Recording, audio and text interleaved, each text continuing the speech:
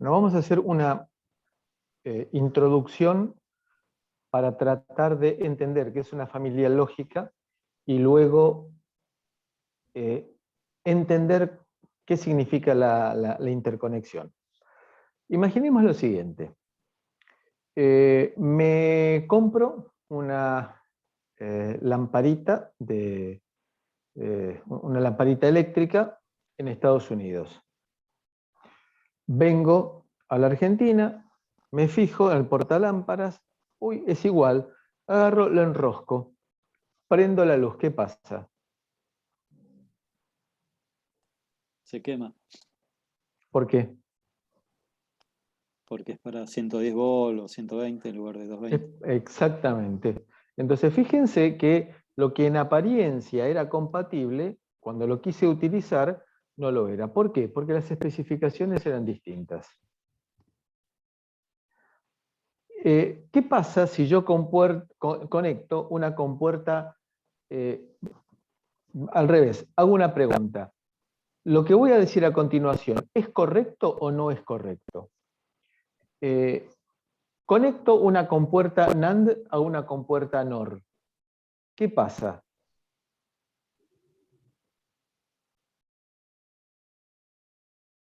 ¿Es correcto lo que estoy planteando?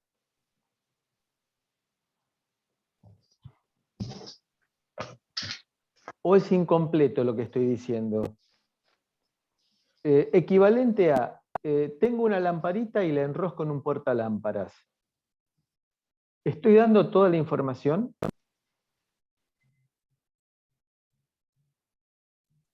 Tenemos que saber los niveles de tensión de salida de la compuerta NAND y de entrada de la compuerta NOR. Exactamente. ¿Son compatibles o no son compatibles?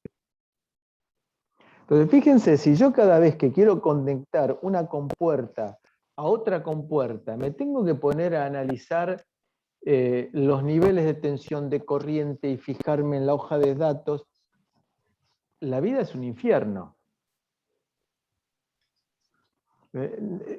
¿No es más fácil que agarre y me fije y diga, ah, la lamparita esta dice 220 volts, es compatible con mi portalámparas? Bueno, las familias lógicas me resuelven el problema. Si yo tengo distintos tipos de componentes electrónicos, que si son todos de la misma familia lógica, la interconexión es automáticamente compatible. Entonces, si yo puedo conectar un componente, y digo un ejemplo, 74LS Pepito con 74LS Juancito, ¿puedo conectarlos directamente? ¿Sí o no? Sí, porque son de la misma familia. Son de la misma familia lógica. Entonces, las familias lógicas lo que me están diciendo es qué tipo de compatibilidad tengo. Bueno, cuando son componentes de la misma familia lógica, y eso me doy cuenta por la nomenclatura que utilizo, el caso de LS que dije recién, el caso de HC, el caso de S, que vamos a mencionar un poquito cuáles son las características, existe compatibilidad automática y no tengo que estar pensando y analizando si lo puedo conectar o no lo puedo conectar. Ahora, si quiero conectar un componente de una familia lógica con otra familia lógica, ¿lo puedo hacer?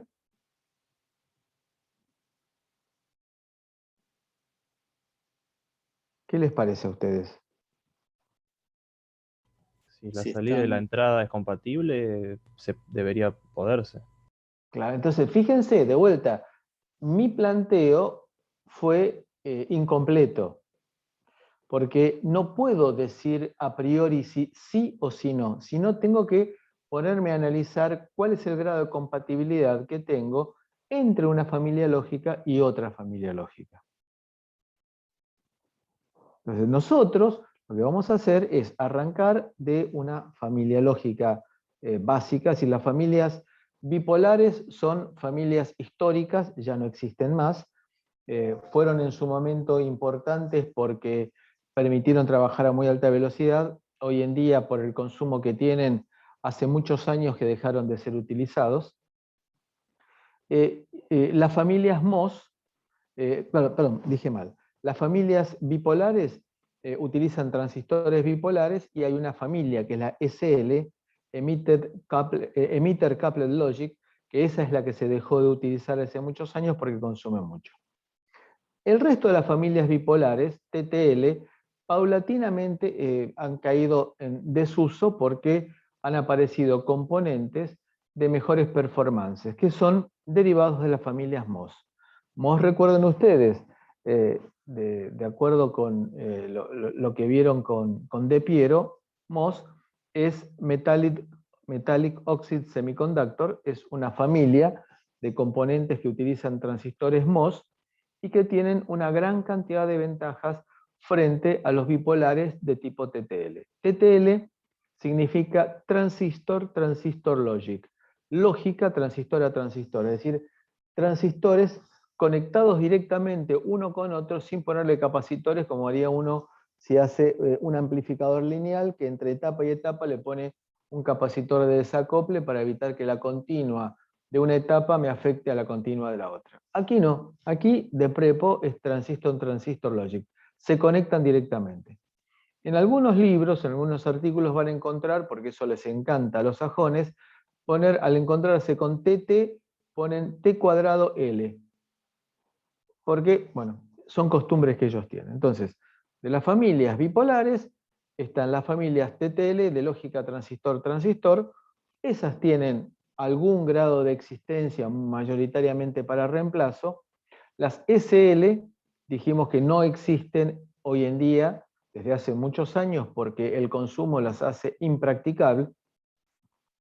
Y las familias MOS son las que han ido paulatinamente ganando terreno. Bueno, RTL, DTL, eso ya es tan obsoletas como SL.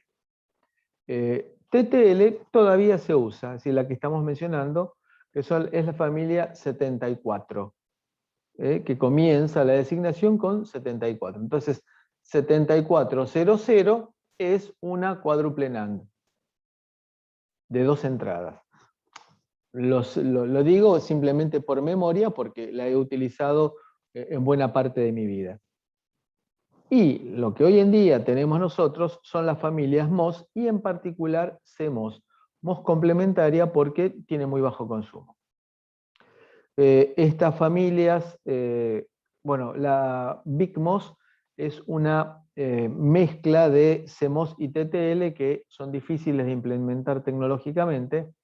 Tienen ventajas de uno y otro, pero son difíciles de implementar y no son demasiado baratos. Se utilizan para algunos tipos de amplificadores operacionales en que juntamos parte de TTL para la parte de lógica de control, si existe, y la parte de amplificadora en MOS.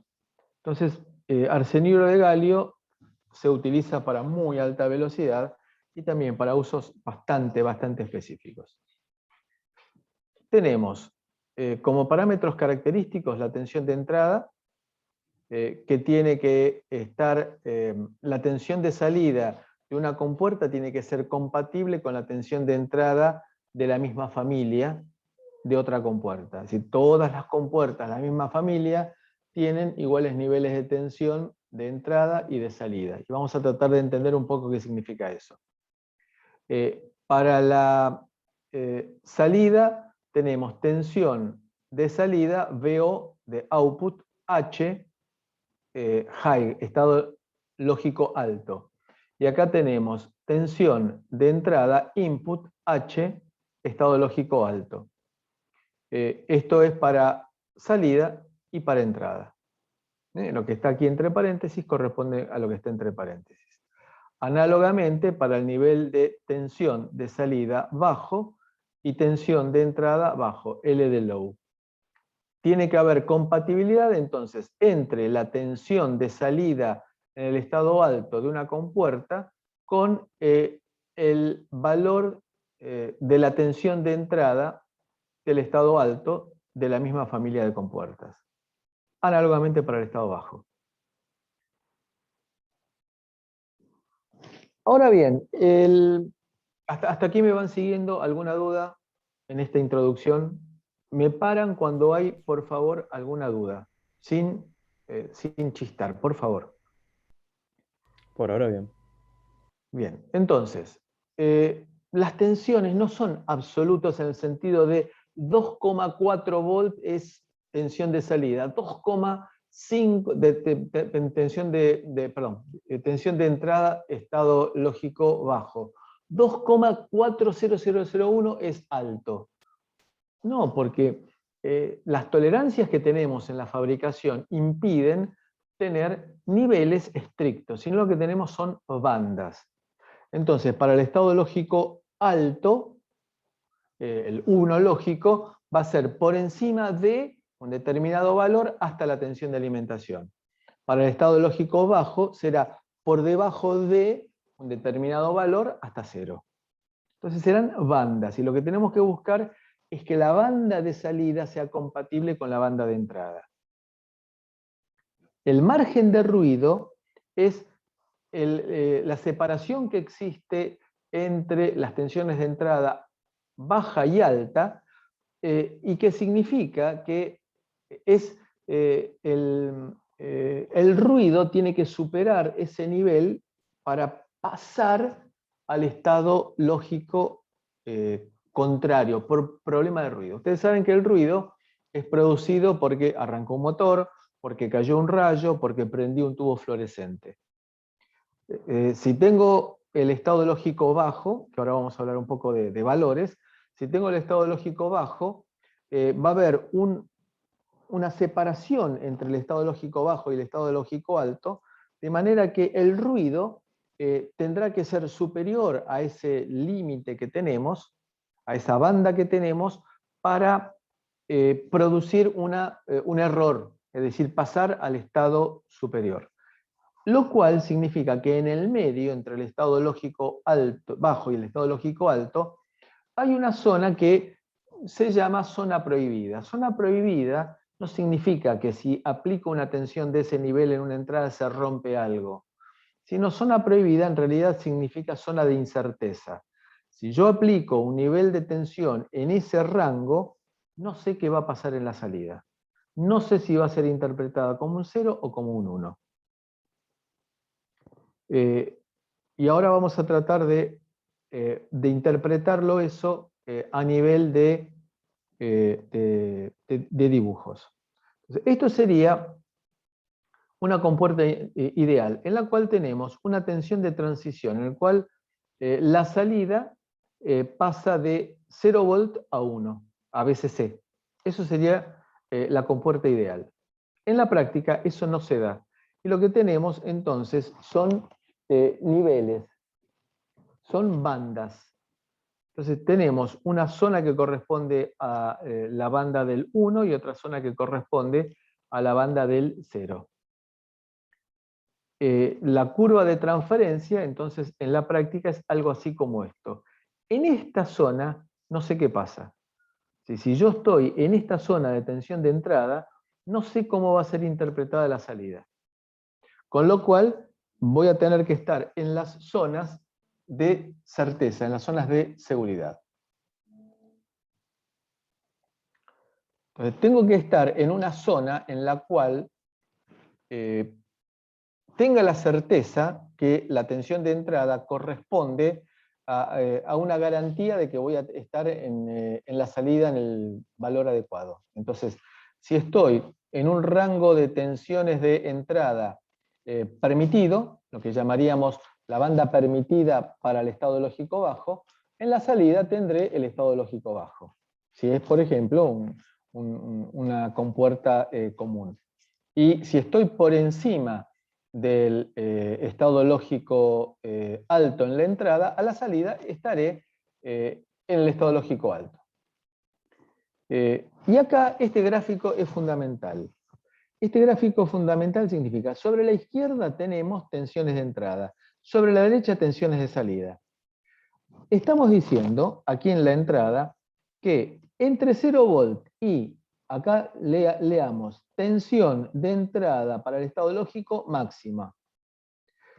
La tensión de salida para el estado lógico bajo máxima tiene que ser tiene que ser inferior a la tensión de entrada máxima. Es decir, garantizar de que estoy dentro de la banda permitida de la tensión de entrada para el estado lógico bajo.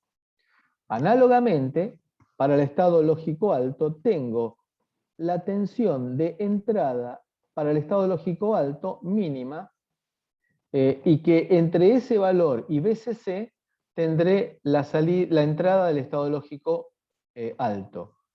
La tensión de salida de la misma familia lógica, y leamos tensión de salida para el estado lógico alto mínima, tiene que ser superior a este límite que hemos marcado aquí, para garantizar de que la tensión de salida se encuentre dentro de la banda permitida de una entrada de la misma familia.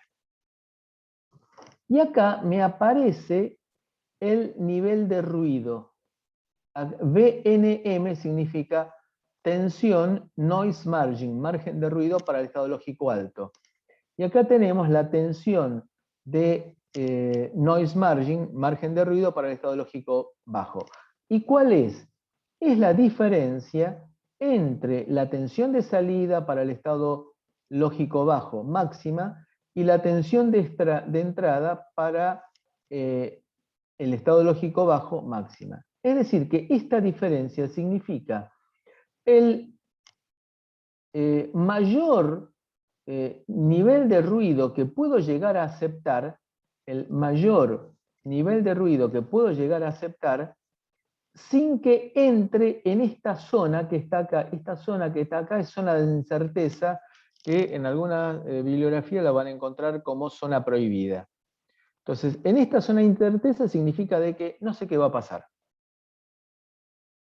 Entonces, si yo tengo esta tensión de salida del estado lógico bajo y me aparece un ruido que esté dentro de este nivel, voy a seguir interpretándolo como estado lógico bajo.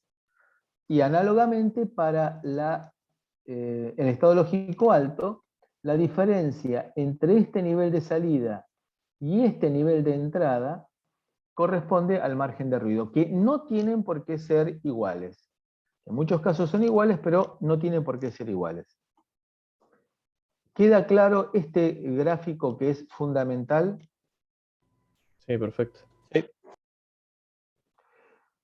Ahora, en las corrientes, y aquí se tiene que aplicar Kirchhoff, indudablemente, se toman como positivas las corrientes entrantes y como negativas las corrientes salientes. Entonces, para que haya compatibilidad entre una entrada y una salida de una familia lógica, si la salida es una corriente saliente, la entrada tiene que ser una corriente entrante. Si la salida es una corriente entrante, la entrada tiene que ser una corriente saliente. Lo cual es absolutamente lógico. La corriente no se pierde. Es decir, lo que sale de un lado tiene que entrar en el otro. Acá vemos, por ejemplo, la corriente, aquí tenemos marcada en esta compuerta, la corriente de salida para el estado lógico alto, es saliente. La corriente de entrada para el estado lógico alto tiene que ser entrante. Análogamente, si fuera, lo cual en la práctica vamos a ver que no es así, para las corrientes para el estado lógico bajo. Ahora, hay que tener cuidado porque se puede dar el caso de que yo tenga como si fueran las salidas de tipo push-pull. Ustedes recuerdan que push-pull significa que tira para arriba o tira para abajo los transistores de acuerdo a la configuración que sea.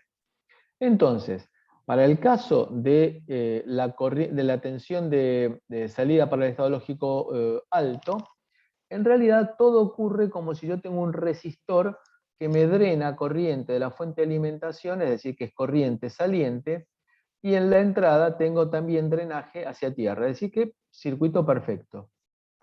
Ahora bien, para el caso de la corriente del estado lógico bajo, lo que tengo es un resistor que drena corriente y por lo tanto el circuito se cierra de esta manera, que es distinto. Aquí vemos entonces la corriente de salida para el estado lógico alto en esta configuración. No tiene por qué ser igual en todas. En esta configuración, la corriente de salida es positiva, la corriente de entrada, la corriente de salida es negativa, la corriente de entrada es positiva. En este caso, la corriente de salida es positiva, la corriente de entrada es negativa. Entonces, eso me doy cuenta en la hoja de datos del dispositivo. Ustedes fíjense que en el campus virtual hay un ítem que son hojas de datos recolectadas y que ahí van a ver tablas en las cuales tenemos que saber cómo leerlas. Bueno, vamos a ir a lo realmente interesante. Parámetros temporales. Es el tiempo de propagación. Ustedes saben que los componentes electrónicos que nosotros utilizamos son componentes reales, es decir, que no conmutan, no actúan en tiempo cero, sino que hay un cierto tiempo de propagación, desde la excitación que tengo en la entrada hasta la salida. Eso se llama tiempo de propagación. Y es un parámetro característico porque me da una idea de la velocidad que tiene mi familia lógica. Lo ideal sería tener tiempos de propagación nulos, pero o son muy caros o consumen mucho. Entonces tengo que empezar a jugar con el tiempo de propagación y la potencia que va a disipar. Entonces, ¿cómo se define el tiempo de propagación? Es el tiempo que transcurre desde que la entrada pasa por el 50% de la excursión, del salto, hasta que la salida pasa por el 50% también de la excursión. Eso se llama tiempo de propagación. Y es un parámetro que no es igual para todos los componentes de una familia lógica, sino que depende de cada uno de ellos y de la fabricación que tengan. Los fabricantes que dicen voy a fabricar esta familia, se comprometen a respetar ciertos parámetros en valores máximos. Puede ser que en una partida estén por debajo, puede ser que en otra partida estén próximos, pero nunca pueden estar peores a lo que dice la familia lógica que se tienen que comportar. Es decir, es un compromiso que asume el fabricante. Análogamente tenemos un tiempo de propagación para el estado bajo, para el salto de bajo a alto, y un tiempo de propagación de alto a bajo, que no tienen por qué ser iguales entre sí, porque el comportamiento de los semiconductores es distinto cuando vamos en un sentido que con el otro. Y después tenemos el tiempo de transición, que es tiempo de establecimiento, se lo llama también en los circuitos RC, que es el tiempo que tarda la señal en pasar del 10% al 90%. Yo pretendería tener los flancos más abruptos posibles, pero los flancos más abruptos posibles consumen mucha energía o también tienen restricciones por los parámetros parásitos que tiene toda compuerta, todo cable, todo componente electrónico. El tiempo de transición de bajo a alto no tiene por qué ser el tiempo de transición de alto a bajo. Entonces acá tenemos nosotros el tiempo de propagación de una compuerta es el tiempo que transcurre entre que la entrada pasa por el 50% hasta que la salida pasa por el 50%. Acá lo que no salió en el escrito es TP, tiempo de propagación de bajo a alto. Y acá tenemos el tiempo de propagación de alto a bajo, que es el tiempo que transcurre del 50% al 50%. El tiempo de subida o el tiempo de bajada es el tiempo que tarda una señal en pasar del 10% al 90% o del 90% al 10%. ¿Hasta aquí me van siguiendo? Sí. Sí. Bien. Bueno, el fan-out es otro parámetro que es característico, me dice cuántas salidas, cuántas entradas puedo conectar a una salida, cuánto puedo cargar a una salida, sin degradar. De vuelta, acá no es que se rompa, sino que me corro de los niveles máximos y mínimos de las tensiones de salida. Si lo cargo demasiado, no es que se dañe, sino, no necesariamente se daña, dije mal, no necesariamente se daña, pero puede ser que me deje de funcionar apropiadamente. Ahora, si yo lo uso, una salida de una compuerta lógica, para prender un LED, me importa un cuerno, yo lo que quiero es prender el LED. No me importa el nivel de la tensión de salida, si está en el 0 lógico o en el 1 lógico. Yo lo que quiero es prender el LED. Lo que importan todos estos parámetros son cuando yo quiero conectar una compuerta con otra compuerta. Entonces el fan-out es el número máximo de compuertas que se pueden conectar a una salida. Y el fan-in es el número de salidas que se pueden conectar a una entrada sin degradar la operación. No es que de vuelta, no es que se rompa, sino degradar significa que me voy de los niveles lógicos. Entonces acá lo que tenemos es, este sería el fan-in, P es la cantidad de compuertas de entrada que puedo llegar a conectar, y perdón, dije mal. El fan-out, P es el fan-out, es decir, la cantidad de compuertas que le puedo conectar a una salida, y el fan-in es la cantidad de salidas que le puedo conectar a una entrada. Entonces, P es el fan-in, o también se lo van a encontrar en los libros como cargabilidad de salida, y Q es el fan-in, P es el fan-out, o cargabilidad de salida, y Q es el fan-in, o cargabilidad de entrada. Estos son los esquemas. Esta se llama configuración totem pole, porque le ven una configuración como si fuera de un tótem de los indios de América del Norte. Bueno, digamos que yo creo que hay que estar muy mal medicado para ver esto, la figura de un tótem, pero bueno, es lo que hay.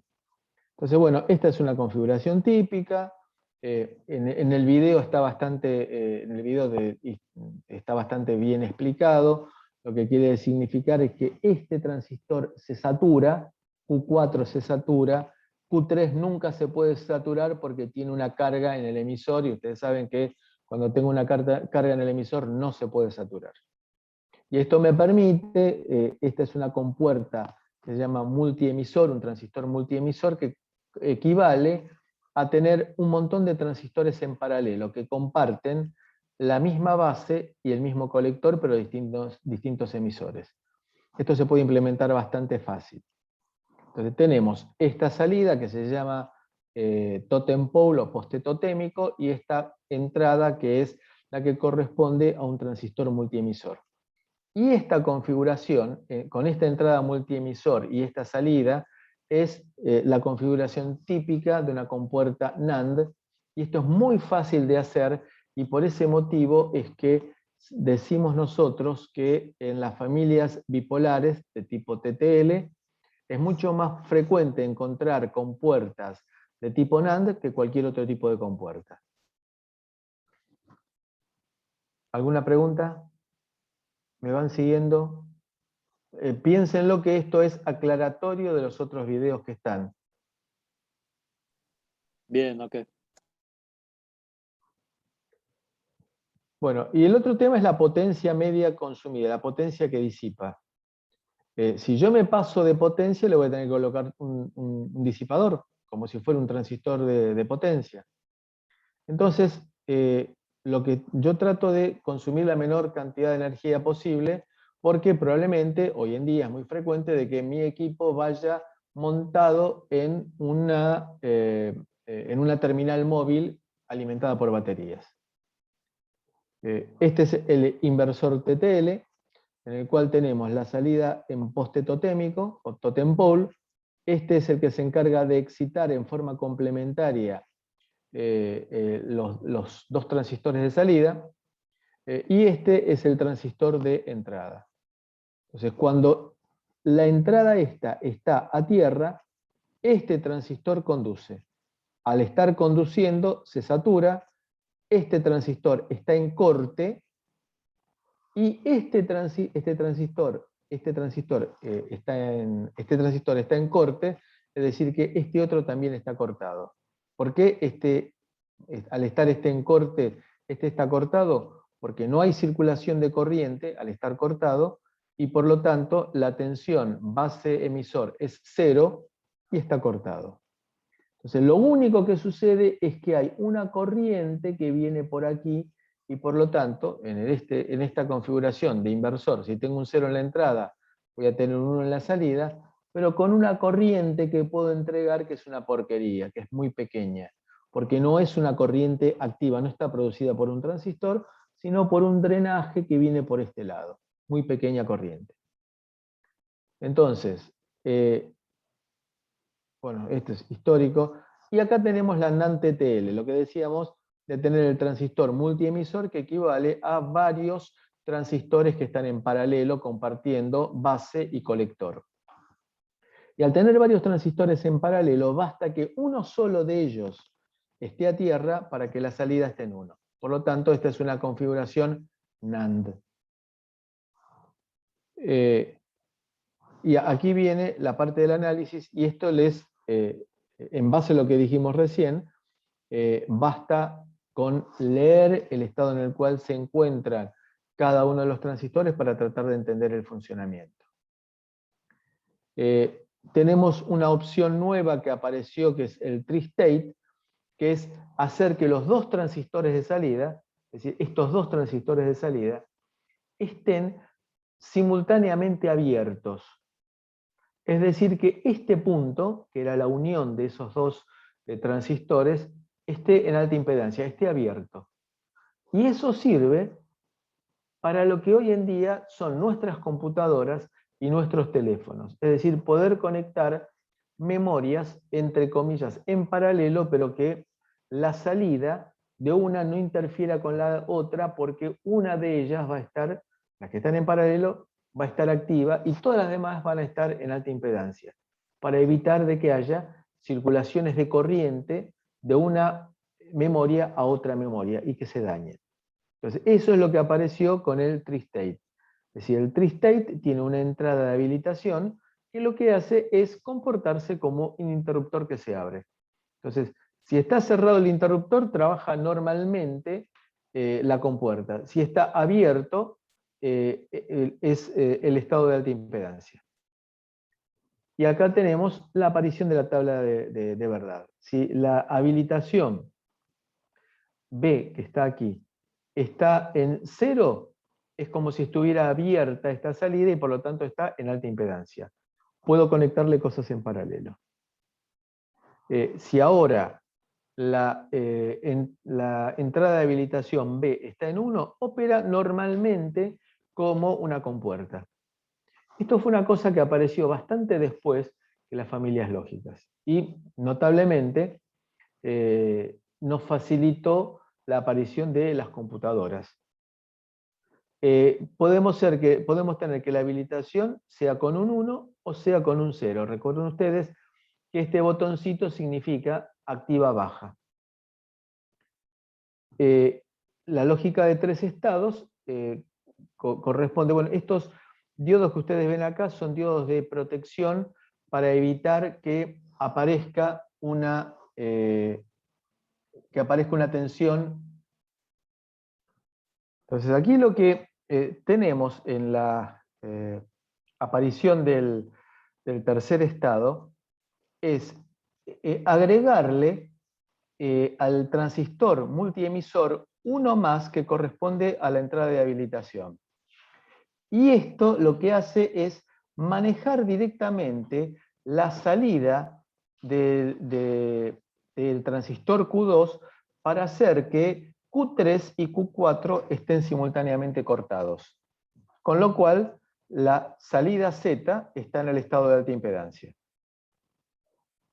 Y esta es la aparición que revolucionó la conectividad y fue la que permitió conectar en paralelo distintos componentes formando bases. Decíamos que estos dioditos que aparecen aquí son diodos de protección debido a que de esa manera si aparece un ruido que sea superior, que nos lleve la tensión de entrada a niveles negativos, se activa este diodo de protección para evitar de polarizar en forma negativa los transistores y que esos los destrozaría. Entonces, estos son diodos de protección que aparecen típicamente en los integrados comerciales. Esta es la implementación de una compuerta de tipo NOR. Fíjense que es bastante más complicada porque tenemos que tener realmente 2 transistores en la entrada, porque no existe algo equivalente a lo que sea el transistor multiemisor que vimos para la compuerta NAND. Dijimos que la aparición del tri-state nos permite colocar en paralelo, por ejemplo, el microprocesador, la microcomputadora, con distintos dispositivos, memoria, dispositivos de entrada-salida y así sucesivamente. Y a través de una pequeña lógica de selección que vamos a ver nosotros cuando veamos decodificadores en el próximo capítulo, me va a permitir decir, la microcomputadora esta dice, ahora voy a interactuar con la memoria, para lo cual voy a tener en alta impedancia este dispositivo de entrada-salida. Después dice, voy a trabajar ahora con el dispositivo de entrada-salida, para lo cual está en el estado de alta impedancia la memoria. Entonces, a través de una lógica bastante sencilla, se llama lógica de decodificación, es que vamos a estar eligiendo con este sí, con este no, con este sí, con este no.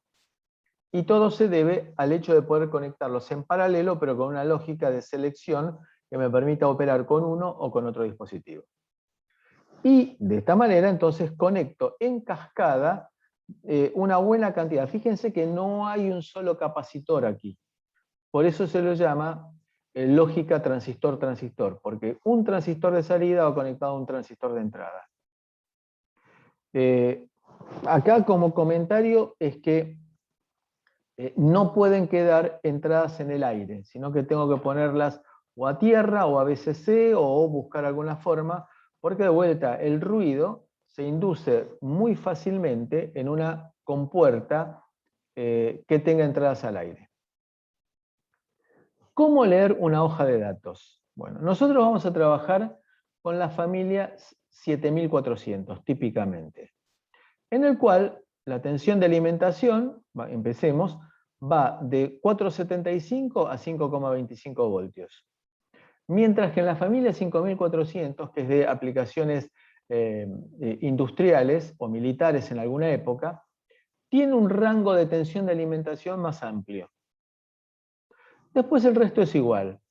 La tensión correspondiente, leamos, tensión de entrada para el estado lógico bajo, tensión de entrada para el estado lógico bajo, es de 0,8 voltios. La tensión de salida para el estado lógico bajo, fíjense, típicamente es 0,2. El peor caso es 0,4, es decir, perfecto. 0,4 voltios es menor que 0,8, es decir, que estoy garantizando la detección de un 0 en la entrada. Y fíjense que el margen de ruido es la diferencia entre 0,8 y 0,4 para el estado lógico bajo, es decir, 0,4 voltios.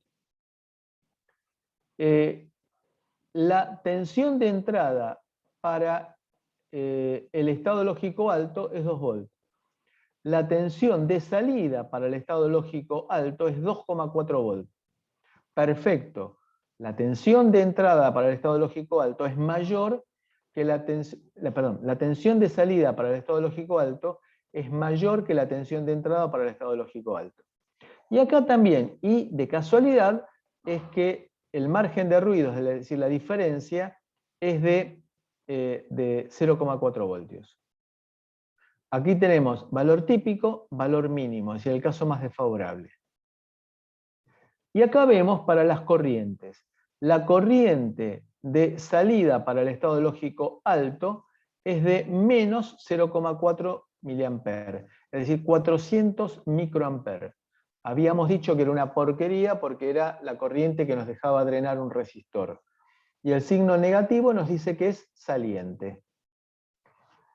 La corriente de salida para el estado lógico bajo es de 16 mA.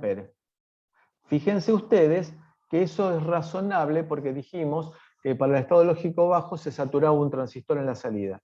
Entonces, al saturarse, permite circular buena cantidad de corriente. Para el caso de las entradas, vemos que la corriente de entrada para el estado lógico alto es de 40 microamperes. Se da de que aquí tenemos corriente saliente, aquí tenemos corriente entrante, y nos damos cuenta por el signo. Y vemos que con 400 microamperes puedo activar 10 cargas de 40 microamperes. Con lo cual, el fan out o la cargabilidad de salida es 400 dividido 40, 10. Para el estado lógico bajo ahora tenemos 16 miliamperes de corriente de salida y vemos que la corriente de entrada para el estado lógico bajo es de menos 1,6 miliamperes. Es decir que aquí tenemos que es positiva porque es entrante y acá tenemos que es negativa porque es saliente. Vemos que la relación también da 10. No es obligatorio que den igual una y otra. Entonces, lo que sí tenemos que verificar es que si tenemos corriente negativa para la salida, tengamos corriente positiva para la entrada. Y si tenemos corriente positiva para la salida, tengamos corriente negativa para la entrada para garantizar Kirchhoff. ¿Quedó claro cómo se lee entonces la hoja de datos? Sí, quedó claro. Sí, sí. Bueno, y acá tenemos un conglomerado de distintas subfamilias. La que nosotros hemos visto recién es esta, 74N, N de normal. H es de high speed. L es de low power. S es Schottky, que es una versión mejorada de alta velocidad. LS es una mezcla de bajo consumo y alta velocidad. AS y ALS son versiones posteriores mejoradas. Vamos a ver un poco. La versión H y la versión S, vemos nosotros que el tiempo de propagación es mucho menor, 6 nanosegundos frente a 10 y 3 nanosegundos frente a 10. Ahora, el precio que pagamos nosotros es en la potencia. La potencia disipada de una compuerta normal es de 10 miliwatts. Ahora bien, de una familia H es de 22 y de una familia S es 19. Por el otro lado, L es de low power, entonces ahí privilegio la potencia disipada. Y el tiempo de propagación es mucho más grande, es decir, que esto lo voy a usar cuando no tenga problemas de velocidad y que necesite minimizar el consumo. LS es una mezcla de ambas. Entonces, como acá se me arma, si aumento la potencia disipada, disminuye el tiempo de propagación, y si yo quiero disminuir el consumo, me aumenta. Bueno, se crea algo que se llama factor de mérito. El factor de mérito es el producto de la potencia disipada por el tiempo de propagación. Y queda, fíjense que es potencia por tiempo, es trabajo, de acuerdo a las unidades. Bueno, por eso queda en picojoule, porque es producto de potencia por tiempo. Y acá vemos que lo que a mí me interesa es que la potencia disipada sea lo más chica posible y que el tiempo de propagación sea lo más chico posible también. Por lo tanto, cuando el producto de dos valores que yo pretendo que sean chicos, cuanto más chico sea el producto, mejor. Y ahí entonces la que sale beneficiada es la familia ALS, que es una mejora Advanced LS. LS significa Low Power Schottky y ALS es Advanced Low Power Schottky. Y después, y eso lo dejo para que ustedes lo analicen, los valores que tenemos de tensión y corriente van a cambiar en cada uno de los casos. El fan out va a cambiar en cada uno de los casos porque va a depender de las características del fabricante. Esta es la familia normal, la típica, la que se acostumbra a ver en los manuales. Y aquí lo que tenemos es entonces distintas subfamilias de las familias bipolares. ¿Quedó un poco más claro ahora? Sí, de mi parte sí. Sí, sí, sí. Bueno, les pido una cosa. Con esta introducción ahora ampliada, vuelvan a ver los videos y si es necesario, hacemos una reunión aclaratoria. Ok, ok. Es decir, no, Bien. no hay ningún problema en hacer una reunión aclaratoria. ¿De acuerdo? Ok, perfecto. Ok. Bien. ¿Y el jueves intentan hacer prácticas sobre esto? Sí, sí, ya estuvieron haciendo la semana pasada. Bueno, a ver si se aclara. El jueves yo tengo clase de proyecto final a las 6 de la tarde, proyecto final para electrónica, pero yo no tengo problema de encontrarnos un rato antes si hay alguna otra duda, por favor. Me mandan un mail y yo no tengo problema de a la tarde, a la hora que sea, nos conectamos un rato antes para aclarar las dudas que pueda llegar a haber. Bueno, bueno, dale. ¿De acuerdo? Ok. Bueno, los dejo entonces con Ricardo para ver si pueden continuar con la práctica. Bueno, hasta luego. Ok, perfecto. Hasta luego, Muchas Marcelo. Buenas gracias. noches. Que siga Muy bien. buenas noches, gracias.